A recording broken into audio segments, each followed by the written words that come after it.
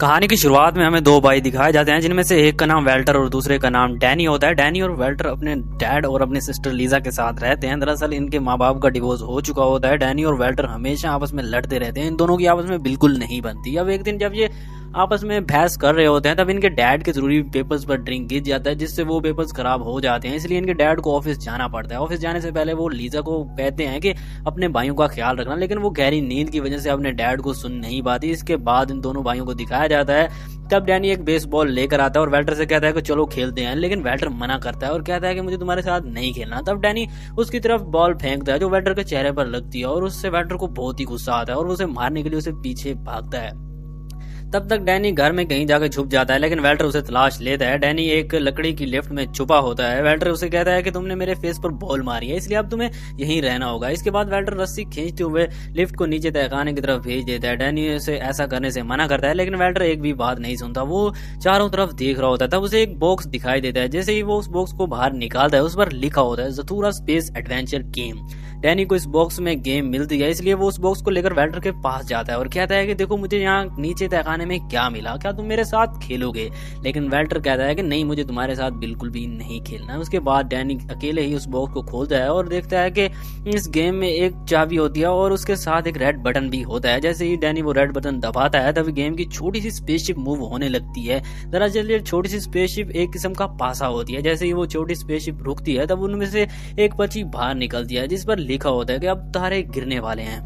तब अचानक पूरा घर हिलने लगता है, छत टूटने लगती है और नीचे छोटे छोटे मीटोराइट्स गिरने लगते हैं। ये दोनों छुप जाते हैं। मीटोराइट्स वहीं गिर रहे होते हैं जहां पर गेम होती है। ऊपर लीजा को इसका अंदाजा भी नहीं होता। वो हेडफोन्स लगाकर गाने सुन रही होती है। थोड़ी देर बाद जब मीटोराइट्स गिरना बंद हो जाते हैं, तब ये दोनों ऊपर टूटी हुई छत को देखते हैं। डैनी वेल्टर से कहता है कि मैंने तारे कभी भी इतने करीब से नहीं देखे, ये कितना खूबसूरत नजारा है। इसे देखने के बाद जब वेल्टर दरवाजा खोलता है, तब वो हैरान हो देखते हैं कि उनका घर जमीन पर नहीं बल्कि स्पेस में जुपिटर के ऑर्बिट में उड़ रहा होता है। ये देखकर दोनों घबरा कर लीजा के पास जाते हैं और जो भी हुआ वो सब लीजा को बता देते हैं। लीजा इन दोनों पर विश्वास नहीं करती और कहती है कि अगर ये तुम दोनों की शरारत है तो गए काम से, और इन्हें डांट कर वहां से भगा देती है। लेकिन लीजा के मन में भी थोड़ा डाउट पैदा हो जाता है और जरूर कुछ ना कुछ गड़बड़ है। इसके बाद डैनी और वेल्टर गेम के लिए आते हैं। अब वेल्टर की बारी होती है। वेल्टर चाबी घुमाता है, बटन दबाता है, तब फिर से एक पर्ची निकलती है जिसमें लिखा होता है कि तुम्हें इस शिप का कैप्टन बनाया जाता है, 2 घर आगे चले जाओ। तब उसका रॉकेट अपने आप ही 2 घर आगे चला जाता है। वेल्टर की बारी में कुछ नहीं होता, क्योंकि जो भी पर्ची में लिखा होता है वही होता है। मतलब कोई भी ऐसा हादसा नहीं हुआ होता जिससे लीजा को विश्वास हो कि जो दोनों सच कह रहे हैं। उसके बाद लीजा दरवाजा बंद करके रूम में चली जाती है। वेल्टर फिर से ट्राई करता है, लेकिन जैसे ही वो रेड बटन दबाता है, वो दबता ही नहीं है।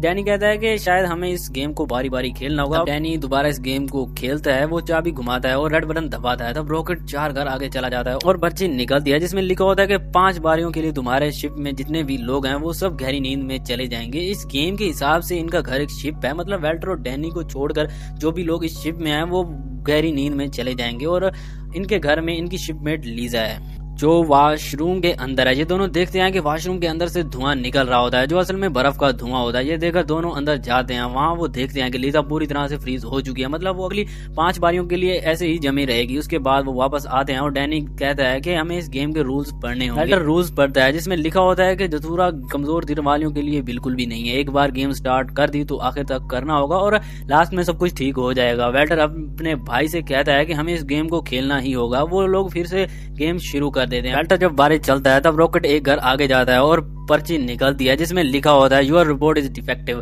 तब डैनी उससे पूछता है कि तुम्हारे पास कौन सा रोबोट है। वेल्टर कहता है कि एक खिलौने का रोबोट है। तब अचानक एक छोटा सा रोबोट आता है। वेल्टर उसे कहता है कि जाओ मेरे लिए जूस लेकर आओ। डैनी कहता है कि इससे ऐसे बात मत करो, ये गुस्सा हो जाएगा। वेल्टर कहता है कि ये 3 इंच का है, इसे क्या ही गुस्सा आएगा। तब अचानक रोबोट का साइज इंक्रीज होने लगता है। ये बहुत ही बड़ा रोबोट बन जाता है। उसके बाद वो रोबोट दोनों पर अटैक करता है, पर दोनों बच जाते हैं। वेल्टर डैनी को कहता है कि अपनी बारी खेलो, जब तक तुम अपनी बारी नहीं खेलोगे तब तक ये रोबोट यहीं रहेगा और हमें मारेगा। इसके बाद वो देखते हैं कि गेम की चाबी कहीं खो गई होती है। वेल्टर जैसे करके चाबी तलाश कर लेता है जो कि टेबल के नीचे होती है और डैनी को दे देता है और कहता है कि अपनी बारी खेलो। डैनी बहुत ही घबराया हुआ होता है। असल में ये रोबोट किसी भी हालत में सिर्फ वॉल्टर को मारना चाहता है, क्योंकि पिछली बारी उसी ने ही खेली थी। वॉल्टर अपनी जान बचाने के लिए पूरे घर में इधर उधर भाग रहा होता है और रोबोट भी उसका पीछे ही होता है। तब वो डैनी से कहता है कि जल्दी अपनी बारी खेलो वरना ये रोबोट तुम्हें भी मारेगा।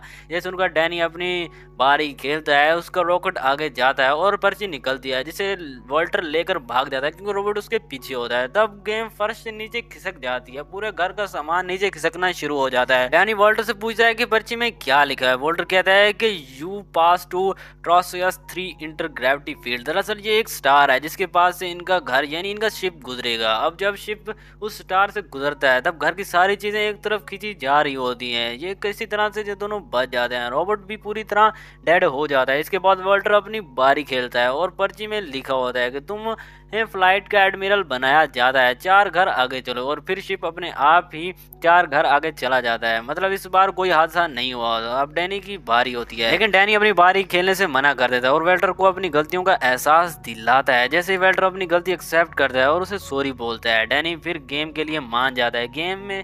गेम से एक पर्ची निकलती है जिसमें लिखा होता है कि ड्रैगन्स तुमसे मिलने आएंगे। तब अचानक घर के चारों तरफ एक बहुत ही बड़ा स्पेसशिप घूमना शुरू करता है और उन पर अटैक करते हैं जिससे दोनों बहुत ही मुश्किल से बचते हैं। वेल्टर अपनी बारी चलता है और पर्ची में लिखा होता है रीप्रोग्राम। इनको दोनों को समझ नहीं आ रहा होता। वेल्टर ड्रैगन्स को वो पर्ची दिखाता है जो कि बड़ा स्पेसशिप इन पर अटैक कर रहा होता है लेकिन इसका कोई फायदा नहीं होता। वेल्टर कहता है कि अब डैनी की बारी, अब तुम खेलो। तब पर्ची निकलती है जिसमें लिखा होता है भटके हुए एस्ट्रोनॉट को बचाओ। कुछ ही पल में एक एस्ट्रोनॉट उनके गेट के बाहर आता है जिससे दोनों घबरा जाते हैं। एस्ट्रोनॉट कहता है कि मुझे यहाँ किसने बुलाया। वेल्टर डैनी की तरफ इशारा करता है।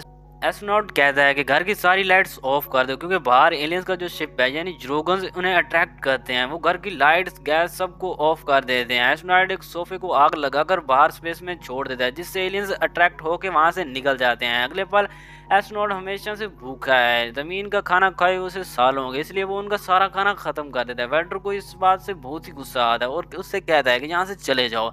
एस्ट्रोनॉट कहता है कि मुझे डैनी ने बुलाया है, अगर वो कहेगा तो मैं यहाँ से चला जाऊंगा। लेकिन डैनी चाहता है कि वो यहीं रहे क्योंकि उसने उनकी जान बचाई है। फिर ये तीनों गेम के आगे बैठते हैं। वेल्टर कहता है कि डैनी ने चीटिंग की है क्योंकि मेरा शिप तुम्हारे शिप से आगे था।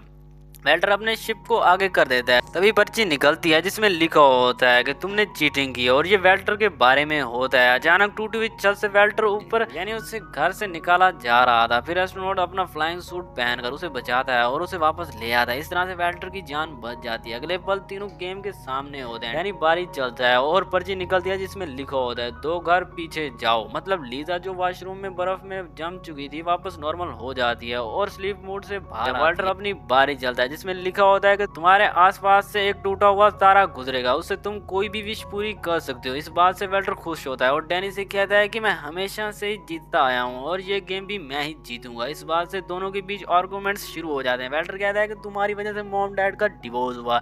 इस बात से डैनी गुस्सा होकर गेम फेंक कर वहां से चला जाता है। तब उनके घर के पास एक टूटा हुआ तारा गुजरता है। वेल्टर अपनी विश मांगने जाता है। एस्ट्रोनॉट कहता है कि जो तुमने सोचा है वो मत मांगो, कभी गुस्से में विश नहीं मांगनी चाहिए। तब स्टार गुजरता है। एस्ट्रोनॉट पूछता है कि तुमने क्या मांगा। वेल्टर कहता है कि मैं किसी को अपनी विश नहीं बताता। एस्ट्रोनॉट ऊपर भागता है यानी डैनी की तरफ लेकिन उसे नहीं मिलता। पीछे से वेल्टर आता है। वेल्टर बोलता है कि स्टार ने कमाल कर दिया। एस्ट्रोनॉट गुस्से से कहता है कि तुम तो यही चाहते थे ना, अब हमेशा के लिए इस स्पेस में फंसे रहो। तब नीचे से डैनी की आवाज आती है जो कि छुपा हुआ होता है। वो एस्ट्रोनॉट से कहता है कि मेरे भाई को मत डांटो। ये सुनकर एस्ट्रोनॉट चौंक जाता है और वेल्टर से पूछता है कि तुमने स्टार से क्या मांगा। वेल्टर कहता है कि ये बॉल जिसमें मेरे फेवरेट प्लेयर का ऑटोग्राफ है। डैनी कहता है कि तुम ये भी मांग सकते थे, ये गेम खत्म हो जाए। वेल्टर कहता है कि ये मेरे पीछे से चिल्ला रहा था, मुझे समझ नहीं आया इसलिए मैंने यही मांग लिया। डैनी पूछता है कि तुम चिल्ला क्यों रहे थे। एस्ट्रोनॉट कहता है कि ये गेम मैं पहले भी खेल चुका हूँ। 15 साल पहले मैं अपने भाई के साथ, हम दोनों के बीच भी ऐसे ही लड़ाई होती थी जैसे तुम दोनों की बीच हो रही है। तब मैं उस जगह पहुंचा जहाँ अभी वेल्टर पहुंचा था यानी गॉड कार्ड तक। तब मैंने टूटे हुए स्टार से मांगा कि काश मेरा भाई पैदा ही ना हुआ होता। जब मैं वापस आया तब मेरा भाई वहाँ नहीं था। मैंने सोचा गेम खेलकर वापस स्टार वाली जगह पर जाऊंगा और सब ठीक कर दूंगा। जब मैंने गेम खेलना चाहा तब गेम रुक चुकी थी क्योंकि अब बारी मेरी नहीं बल्कि मेरे भाई की थी। एस्ट्रोनॉट दोनों को समझाता है कि कोई भी गेम हम अकेले नहीं खेल सकते। अब हम वापस जाएंगे और एक ही बार में पूरी तरह से गेम खत्म करेंगे। इससे पहले कि तीनों गेम फिर से शुरू कर दे, एलियंस का शिप वापस आ जाता है और जिस रूम में गेम रखी होती है वो पूरा का पूरा हिस्सा ही गायब हो जाता है। मतलब एलियंस ने पूरा हिस्सा निकल लिया होता है। वो गेम किसी भी हालत में वापस लेनी होगी। तीनों मिलकर पूरा घर में आग लगा देते हैं क्योंकि एलियंस आग से अट्रैक्ट होते हैं। लीजा वॉशरूम में अपने बालों को ड्रायर से सुखा रही होती है, स्मेल से बाहर आती है। देखती है कि दोनों ने घर में आग लगा दी है, वो जल्दी से आग बुझा देती है। दोनों खुशी से देखते हैं कि वो जिंदा है। एस्ट्रोनॉट भी वहाँ आ जाता है। लीजा को समझ में नहीं आता कि क्या हो रहा है। कुछ देर बाद एलियंस वापस आ जाते हैं और घर को घेर लेते हैं। एस्ट्रोनॉट कहता है कि जब एलियंस अंदर आएंगे मैं वहाँ जाऊंगा और वापस गेम लेकर आऊंगा।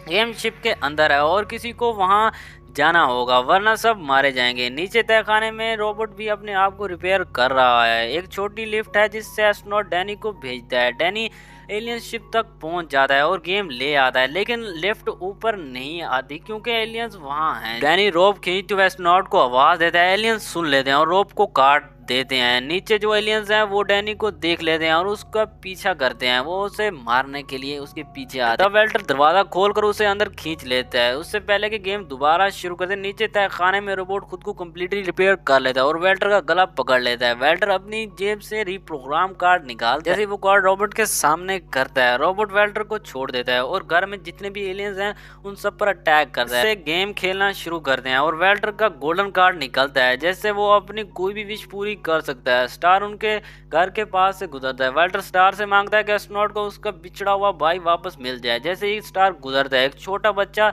दिखता है जो डैनी के जैसा होता है, मतलब ये डैनी का दूसरा रूप है। सब हैरान हो जाते हैं। एस्ट्रोनॉट बताता है कि मेरा नाम वेल्टर है, मतलब ये छोटा वाला वेल्टर का बड़ा वाला फॉर्म। 15 साल पहले गेम खेलते वक्त उसने विश मांगी थी कि काश मेरा भाई पैदा ही ना हुआ, इसलिए वो हमेशा के लिए गायब हो गया। ये बड़ा वेल्टर पैरेलल वर्ल्ड का है। डैनी अपने दूसरे फॉर्म से मिलता है और मर्ज हो जाते हैं। बड़ा वेल्टर यानी एस्ट्रोनॉट छोटे वेल्टर को मर्ज कर देते हैं। अब दोनों इसी टाइम लाइन में रहेंगे। फिर वो गेम दोबारा खेलते हैं। डैनी को सिर्फ 10 पॉइंट्स चाहिए होते हैं। गेम खेलते वक्त बहुत सारे एलियन शिप आते हैं और अटैक करते हैं। डैनी की बारी में उसे एक नंबर मिलता है और एक कार्ड मिलता है जिसमें लिखा होता है तुम तारों में झूलना चाहोगे या घर जाओगे। डैनी को 10 पॉइंट मिलते हैं और वो गेम जीत जाता है। जैसे ही वो जीतता है एक पोर्टल खुलता है। सब चीजें पोर्टल में चली जाती हैं। पहले लीजा आती है, फिर वेल्टर और सारे एलियन शिप और लास्ट में डैनी। जब डैनी आंखें खोलता है तब वो घर में होता है और घर जैसा था वैसा का वैसा होता है, जैसा कुछ हुआ ही नहीं था। गेम खेलने के बाद वेल्टर और डैनी जो हमेशा लड़ते थे अब एक दूसरे से बहुत ही प्यार करते हैं। जो कुछ हुआ वो तीनों कभी अपने पेरेंट्स को नहीं बताते। और इसी के साथ इस मूवी की एंड होता है। मिलते हैं अगली किसी